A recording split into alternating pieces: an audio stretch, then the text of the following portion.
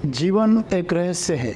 हर कोई शक्ति को खोज रहा है, उसे पाना चाहता है। हर कोई शक्ति की उपासना कर रहा है। और हमें शक्ति क्यों चाहिए, यही एक रहस्य है। इंसान को चाहिए क्या, यही उसकी खोज उसको दौड़ाते रहती है। बेलगाम घोड़े जैसा वो दौड़ता है, लेकिन आखिर थक जाता है। शरीर थक जाता है, मन थक जाता है, ऊर्जाएं क्षीण हो जाती है, इंद्रियां शांत हो जाती है, फिर भी उसकी खोज नहीं रुकती। क्योंकि हम समझना चाहते हैं वो रहस्य क्या है, वो चीज क्या है जो मैं पाना चाहता हूँ। तो जीवन एक ऐसा रहस्य है जिसे आपको समझना नहीं है। क्यों नहीं समझना है? रहस्य को समझना क्यों नहीं है? क्योंकि यह रहस्य समझने के लिए नहीं, ये जीने के लिए। अंतर्दृष्टि आपको पैदा करनी है नवरात्रि में, और उस शक्ति को महसूस करना है। आपके पास में जो शक्ति है, आप उसे पहचानो और उस शक्ति से अपने अंदर की शक्ति को जगा लो। यही नवरात्र है। जब तक आप अपने अंदर की श्री को जगाना नहीं चाहोगे, आप जन्मों जन्म तक भटकते रहोगे। आप कभी तृप्त नहीं हो। तृप्ति तभी मिलेगी जब अंदर का पुरुष और अंदर की स्त्री मिल जाए। आप स्त्री को समझने की कोशिश ना करो, उसके साथ जीवन साझा करो।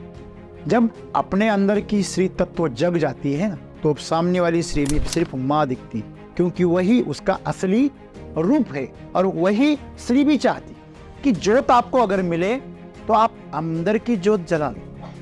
आज तक करोड़ों लाखों लोग मरे, लेकिन मृत्यु का रहस्य कोई खोल नहीं पाया। और जिन्होंने खोला उसे हम समझ नहीं पाए। जो माँ को नहीं समझ पाया वो दुनिया को कभी समझ नहीं पाया। जो माँ के साथ जुड़ गया वह जीवन में सिर्फ आनंद और आनंद ही पाए। मनुष्य का जीवन आप जितना समझ रहे हैं वो कुछ भी नहीं, वो इससे बहुत परे है। तो आप इस रहस्य को खोलने की कोशिश ना करो।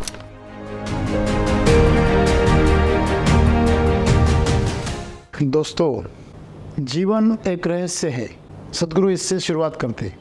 जिस इंसान के जीवन में कोई भी रहस्य नहीं है, उसका जीवन उदास हो जाता है। अगर कुछ खोजना ही नहीं है तो खोज किस बात की? किस बात की आप खोज करोगे? तो हर दिन हम कुछ खोज रहे।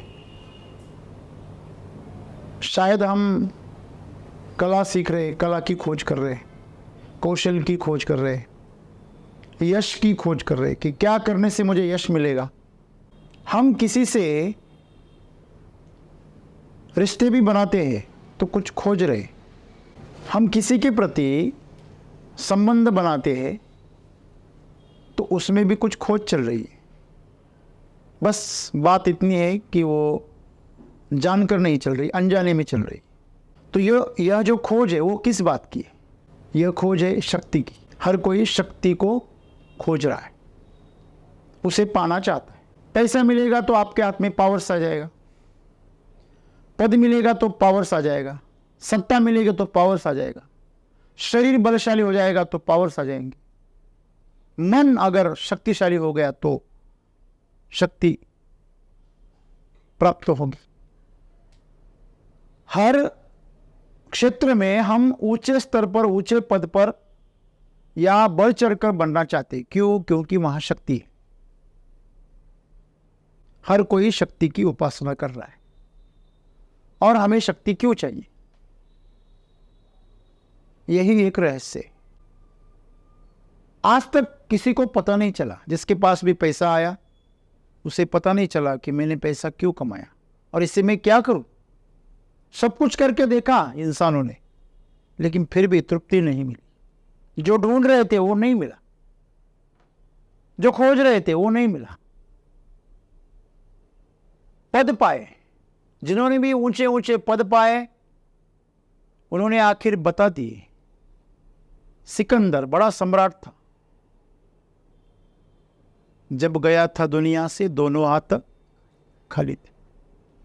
बता के गया, खाली हाथ आया, खाली हाथ जा रहा हूं। सम्राट में भी अगर वो शक्ति पाकर भी वो अधूरा सा महसूस कर रहा है। कुबेर जैसी संपत्ति पाकर भी अगर कोई भिखारी सा महसूस कर रहा है। भीम जैसा बलशाली होने के बावजूद भी अगर वो हनुमान के सामने कमजोर महसूस कर रहा है, इंसान को चाहिए क्या? यही उसकी खोज उसको दौड़ाते रहती है। बेलगाम घोड़े जैसा वो दौड़ता है, लेकिन आखिर थक जाता है। शरीर थक जाता है, मन थक जाता है, ऊर्जाएं क्षीण हो जाती है, इंद्रियां शांत हो जाती है, फिर भी उसकी खोज नहीं रुकती, क्योंकि हम समझना चाहते हैं वो रहस्य क्या है, वो चीज क्या है जो मैं पाना चाहता हूं। जब तक हम जिस चीज को पाने की कोशिश कर रहे तो कुछ आस है कि पाएंगे एक दिन, लेकिन जिस दिन पा लेते हैं ना, उससे बड़ा फ्रस्ट्रेशन दूसरा कुछ नहीं। जो करना था कर लिया, चांद पर उतरना था उतर लिया, एवरेस्ट पर चढ़ना था चढ़ लिया, आखिर क्या तीर मार लिया। दुनिया का सबसे अमीर बनना था बन लिया, दुनिया का सबसे आलसी बनना था वो भी बन लिया, सबसे गरीब बनना था भिखारी वो भी बन लिया, सब कुछ करके देखा, फिर भी उस चीज को समझ नहीं पाए जो हम समझना चाहते। सद्गुरु आज वही बता रहे कि जीवन एक ऐसा रहस्य है जिसे आपको समझना नहीं है। क्यों नहीं समझना है? रहस्य को समझना क्यों नहीं है? क्योंकि यह रहस्य समझने के लिए नहीं है, ये जीने के लिए। एक उदाहरण सद्गुरु बताते हैं। फूल है आपके पास, अगर आप विज्ञान के माध्यम से अगर उसे समझना चाहो तो आप उसे तोड़ दोगे, पंखुड़ियां तोड़ दोगे, उसके पराग तोड़ दोगे, उसके अंदर जो रस है उसको तोड़ दोगे, उसको लैब में जाके आप टेस्ट करोगे तो आपके पास में बहुत सारे एनालिसिस रहेंगे, लेकिन आपके पास में फूल नहीं रहेगा। तो ये जो तोड़ने वाला विज्ञान है, जो तोड़ता है वो खोलता है, वो समझने की कोशिश करता है, वह कभी भी फूल को समझ नहीं पाएगा। शायद फूल का विज्ञान समझ ले, लेकिन फूल को समझ नहीं पाएगा। समझने के लिए जिंदा फूल चाहिए।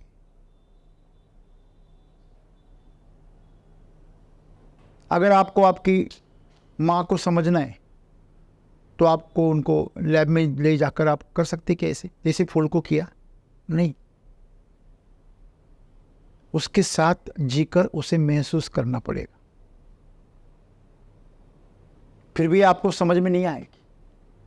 आज तक लाखों सालों में स्त्री और पुरुष साथ में रह रहे, फिर भी कोई पुरुष किसी स्त्री को नहीं समझ पाए। वे रहस्य हैं। अगर शाम को वो चंद्रमुखी है तो सुबह को वो सूर्यमुखी हो जाती, दोपहर को ज्वालामुखी हो जाती। तो दोपहर को कोई भी पुरुष घर में नहीं रहता,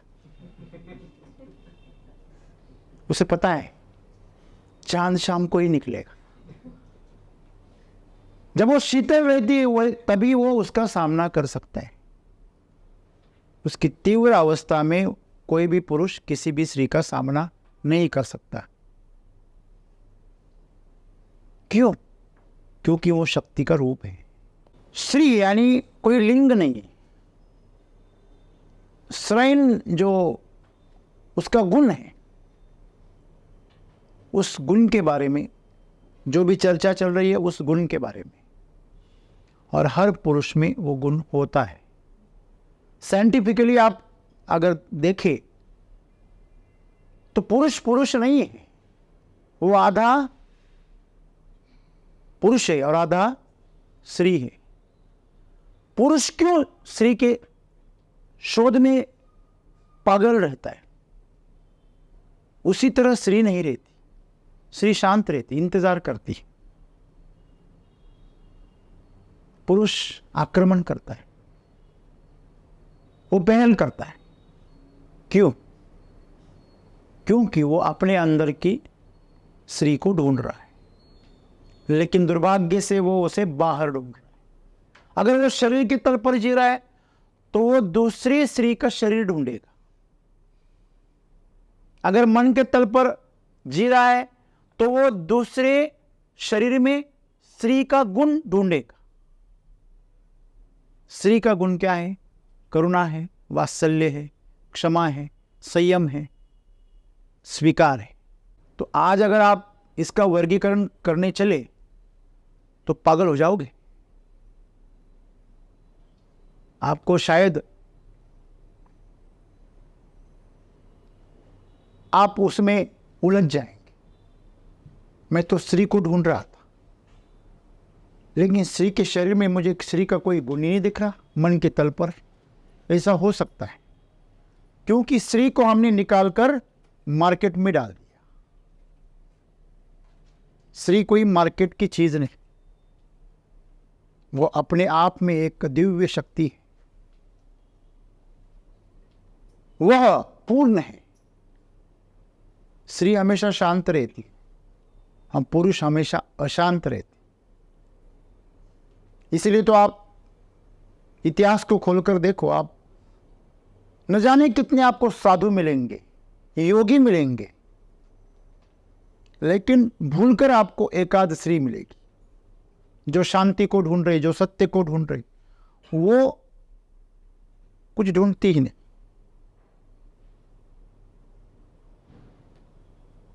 पुरुष के साथ संघर्ष करते करते, उसके साथ तुलना करते करते उसमें पुरुष के गुण आ गए, इसलिए उसके अंदर की स्त्री के गुण दब गए।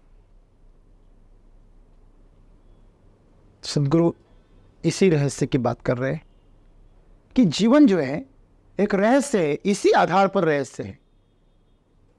अंतर्दृष्टि आपको पैदा करनी है नवरात्रि में और उस शक्ति को महसूस करना है। जैसे हम दूसरे दिए से अपना दिया जलाते हैं, उसी प्रकार बाहर की स्त्री की मदद से अपने अंदर की स्त्रीत्व को जगा लो, उसे जला लो। यही नवरात्रि है।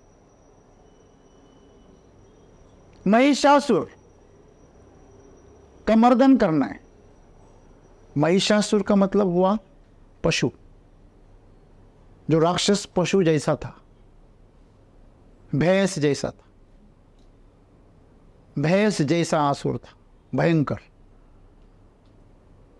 तो हर पुरुष में एक पशु होता है, उसका मर्दन करना है। ये संकेत है, ये रहस्य की बात है।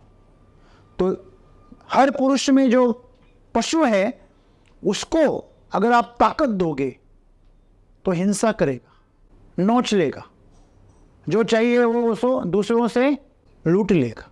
तो अगर उसको लूटमार से, नोचने से अगर बचाना है तो उसके अंदर के स्त्री तत्व को ताकत देनी पड़ेगी। पुरुष तत्व को साधना में बैठना होगा और अपनी शक्ति को स्त्री तत्व को अर्पित करना पड़ेगा। जब वो उसको अर्पित कर सके, अपने अंदर की देवी शक्ति को जगा सके, तो अपने अंदर के महिषासुर का मर्दन कर सकता है। यही सार है। तो नवरात्रि यानी डांडिया नहीं है, वो तो बस एक सूत्र है। उसके जरिए थोड़ी निकटता बनाओ, ज्योत से ज्योत जलाओ। रात्रि रहस्य उजागर हो जाती। अंधेरा जो होता है वह शीतल होता है हमेशा। अंधेरा कभी, रात कभी गर्म नहीं होती, और इसलिए चांद रात्रि में ही निकलता है। अगर दिन में हो भी, जब पुरुष तत्व आपका बहुत तेजस्वी रहता है, तब आपको कोई स्त्री वगैरह कुछ नहीं दिखती। जब आप शौर्य, पराक्रम और किसी भावना से अगर प्रेरित हो गया पुरुष, तो उसे स्त्री से कोई लेना देना नहीं हो। अपने आस में पास कितनी भी सुंदर स्त्रियां क्यों ना हो, लेकिन वो अपनी जोश में होश खो बैठ। लेकिन जब शांत हो जाता है रात्रि में, तो श्री तत्व दिखता है। पृथ्वी तमस गुण से भरी है, सूरज राजस गुण से भरा हुआ है। पृथ्वी आपको शांत करेगी, ठंडा करेगी, आलसी बनाएगी, जड़ बनाएगी। सूरज आपको तीव्र बनाएगा, सक्रिय बनाएगा। हर एक चीज करने के लिए आप कोशिश करोगे। और चांद आपको रूपांतरित करेगा, पशु से मानव, मानव से ईश्वर। तो हमारे अंदर जो तत्व है, उस पशु के तत्व का मर्दन करना है और पुरुष तत्व से श्रेष्ठ तत्व को जागृत करना है, रूपांतरित करना है। तो इसलिए रात का समय साधना के लिए भूल जाओ कि मैं पुरुष हूं। ये जो पूरी धरती है वो माँ है और उसी ने उसको समाया हुआ है। अगर पुरुष कुछ कर भी कर सकता है, जो पुरुष को जन्म देती है उससे पुरुष बड़ा नहीं हो सकता।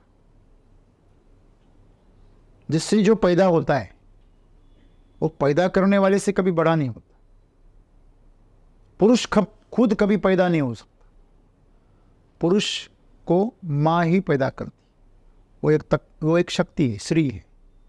तो इसीलिए मां के सामने ईश्वर का भी कद छोटा है। तीनों लोकों का स्वामी जो है वो मां के बिना भिखारी है। उसके पास मां नहीं है।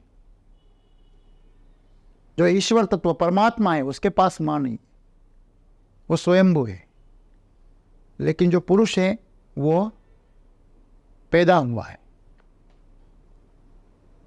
तो संचालन करने वाली, ताकत देने वाली मां है।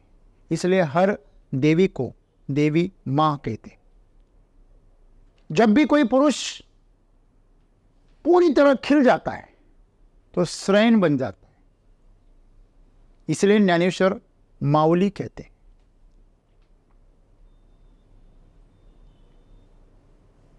आप पंढरपुर के पांडुरंग को विठू माऊली कहती। क्यों कहती? श्री को एक पल की पत्नी और अनंत काल की माता क्यों कहते? इसी वजह से कहते। आपके पास में जो शक्ति है आप उसे पहचानो और उस शक्ति से अपने अंदर की शक्ति को जगा लो। यही नवरात्र है। जब तक आप अपने अंदर की श्री को जगाना नहीं चाहोगे, आप जन्मों जन्म तक भटकते रहोगे। आप कभी तृप्त नहीं होगे। तृप्ति तभी मिलेगी जब अंदर का पुरुष और अंदर की स्त्री मिल जाएगी। साइंस कहता है पुरुष में एक्स और वाई क्रोमोसोम्स होते हैं और स्त्री में सिर्फ एक्स होते हैं। वो वैज्ञानिक रूप से भी, भौतिक रूप से भी संतुलित है, उसमें कोई असंतुलन नहीं है। लेकिन पुरुष में असंतुलन है, इसलिए वो अशांत होता है।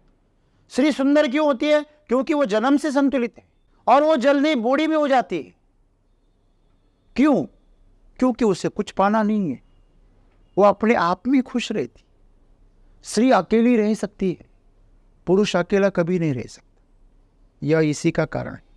पुरुष हमेशा साथ ढूंढता है। चाहे स्त्री का ना मिले, पुरुष का ले लेता है। अपने को मानने वाला, अपने को समझने वाला, अपनी बात को आदर करने वाला, अपने से थोड़ा कम शक्तिशाली पुरुष वो ढूंढता है। क्यों करता है? क्योंकि वो स्त्री की जगह भरना चाहता है। तो हमारे जो रिश्ते हैं, नाते हैं, हमारे जो संबंध है, वो सब हमारे अंदर की जो खोई हुई ताकत है, खोई हुई शक्ति है, उसे ढूंढ रहा है।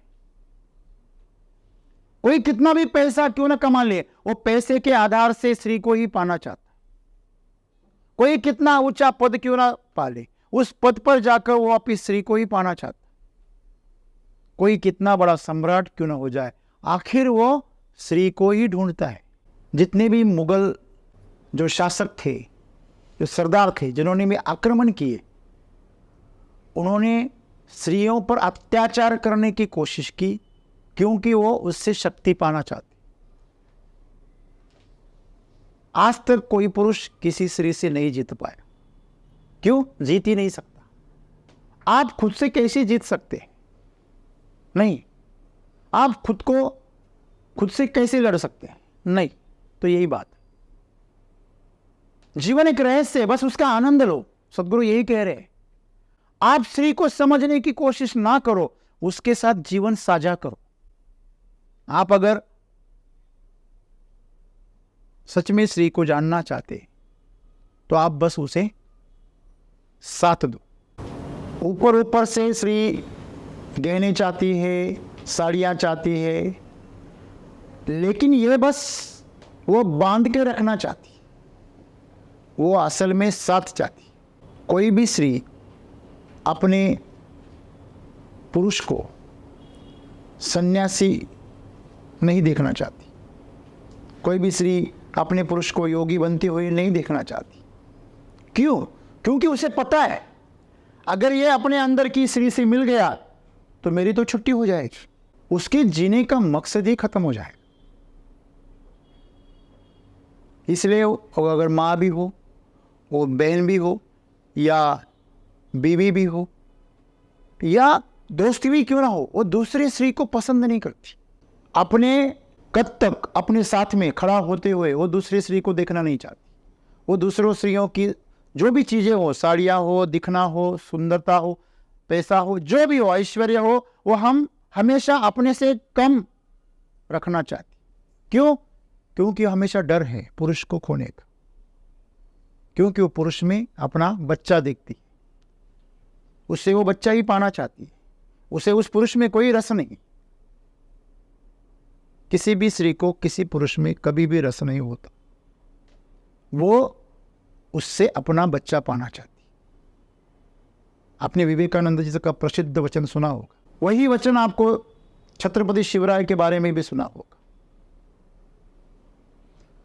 जब एक सुंदर स्त्री थी, उन्होंने कहा, स्त्री है वो सीधी कभी बात नहीं करती, वो सीधे शब्दों में कभी अपनी बात को नहीं रखती।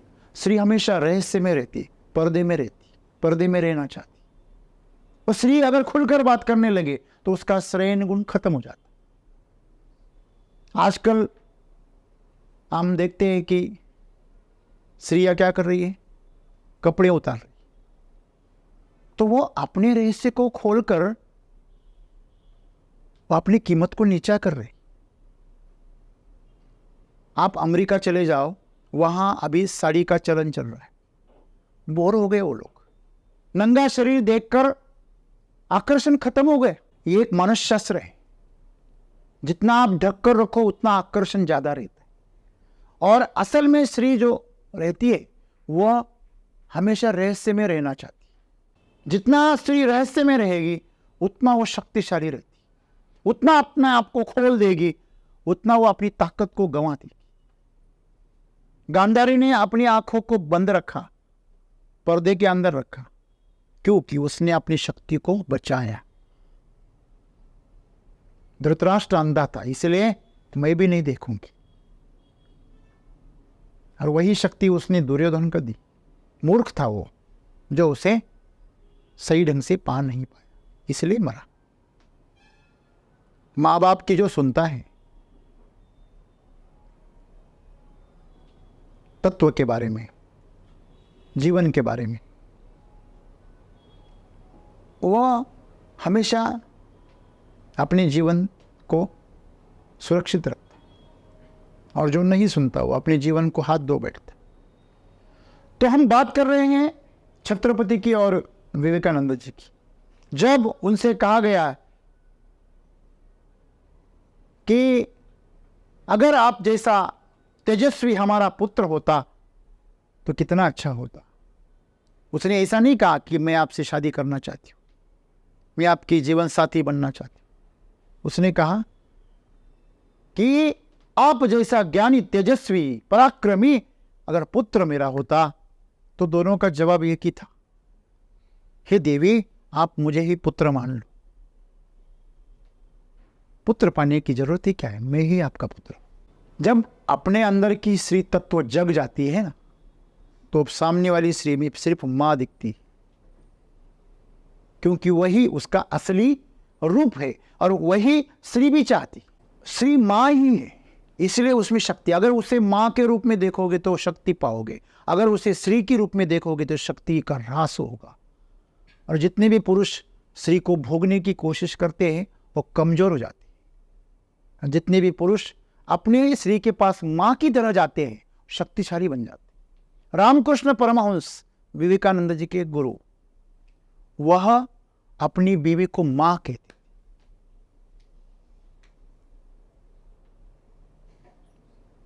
उनको हर स्त्री में मां ही दिखती थी, काली मां। महात्मा गांधी कस्तूरबा को बा कहते थे।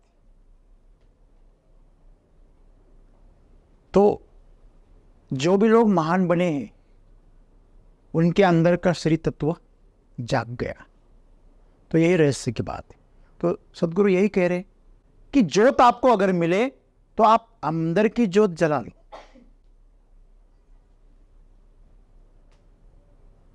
उसके रहस्य को खोलो मत, ये शक्ति कैसे आती है, कहां से आती है, बस अपने आप को समर्पित कर दो, वो तो आप कर सकते हो। दूर से पानी को मत नापो कि गहराई कितनी है, इसके अंदर क्या है, मछलियां है, मगरमच्छ है, क्या है, नहीं, छलांग लगा दो, उसका रहस्य रहस्य रहने दो।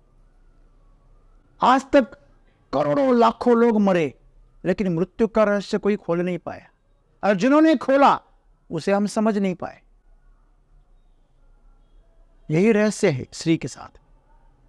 तो सदगुरु यही चाहते हैं कि इस नवरात्रि आप अपने अंदर की श्री शक्ति को जगा लो।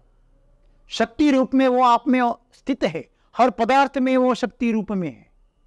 इसलिए अगर शक्ति, ये शक्ति मतलब ये श्री जब किसी भी चीज को पूरे भाव से अगर हाथ लगाती है तो उसमें शक्ति आ जाती।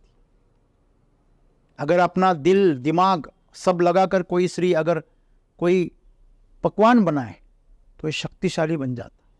इसलिए माँ का जो खाना होता है बच्चे के लिए शक्तिशाली होता है, वही खाना उसके पति के लिए बेकार होता है, लेकिन उसके पुत्र के लिए वो प्रसाद होता है। जो मां को नहीं समझ पाया वो दुनिया को कभी समझ नहीं पाएगा। जो मां के साथ जुड़ गया वह जीवन में सिर्फ आनंद और आनंद ही पाएगा। जिसको मां समझ में नहीं आए उसे कभी कोई श्री समझ में नहीं आएगी। कैसी भी हो, कितनी भी अनपढ़ क्यों ना हो या कितनी भी होशियार क्यों ना हो, उसके अंदर में मातृत्व तो जब भी जग जाता है ना, तब वो आपकी मां होती। मां यानी आपको जन्म दिया इसलिए मां नहीं होती।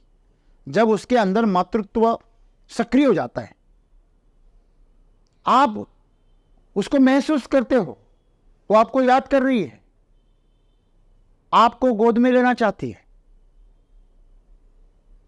आपके सर पर हाथ फेरना चाहती है, तो वो जो मां की ताकत होती है वो उस वक्त जग जाती। उस अवस्था में अगर आप मिल गए तो आपको अंदाजा होगा कि ये शक्ति क्या है। इसलिए वो आपकी ही मां होना कोई ज़रूरी नहीं है।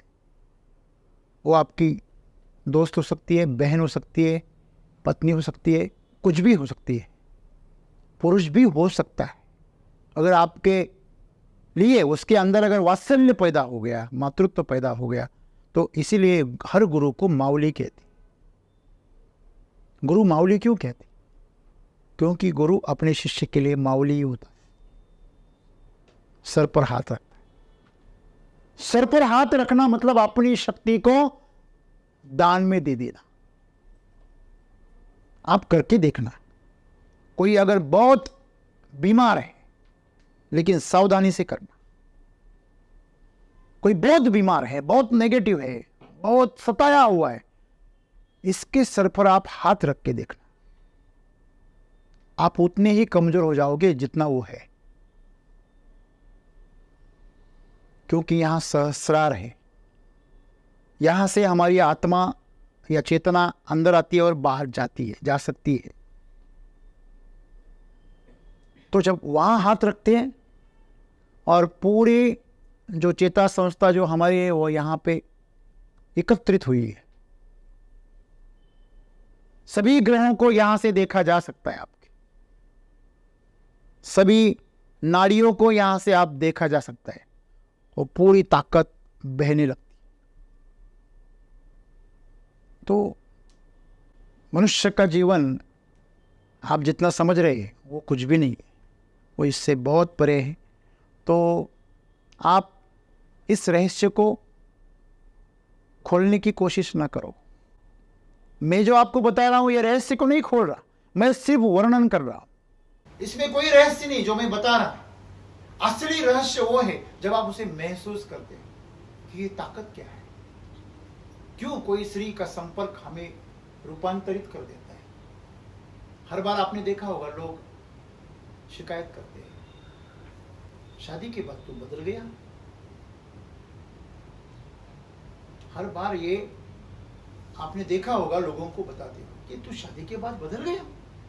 स्त्री को कोई नहीं बोलता, पुरुष को बोला जाता है, क्योंकि स्त्री रूपांतरण कर देती है। अगर वो सही दिशा में हुआ तो पुरुषार्थ करता है और गलत दिशा में हो गया तो बर्बाद हो जाता है। इसमें स्त्री की भी जिम्मेदारी है कि वह अपने अंदर की मातृत्व को जगाए, ना कि स्त्रीत्व को,